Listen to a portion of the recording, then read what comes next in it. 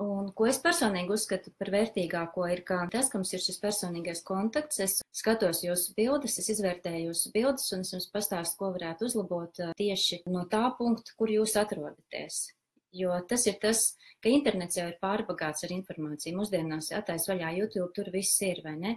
Bet tas, ko es daru, es mācu ar savu metodu, kā es teicu, es mācu tikai to, ko vajag, tikai minimālo, un tā pa solīšiem uz priekšu mēs ejam.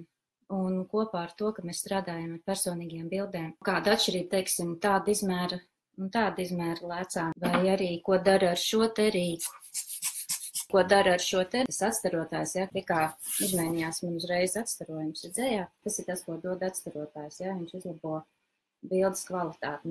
Un tas ir tas, ko mēs darām, mācamies ar telefonu. Es jums varu garantēt, ka jūs arī zināsiet, kāpēc tādas ir, kāpēc viņas ir jālieto, kad viņas ir jālieto, kādā veidā, un kāpēc es aicinu jūs visus iemācīties, tāpēc, ka es domāju, ka mūsdienās ir tāda telefona, tagad aizvien vairāk mēs pārdodam visu kaut ko internetā, mēs piedalāmies dažādos tīklu mārketingos, un mums visur vajag bildes.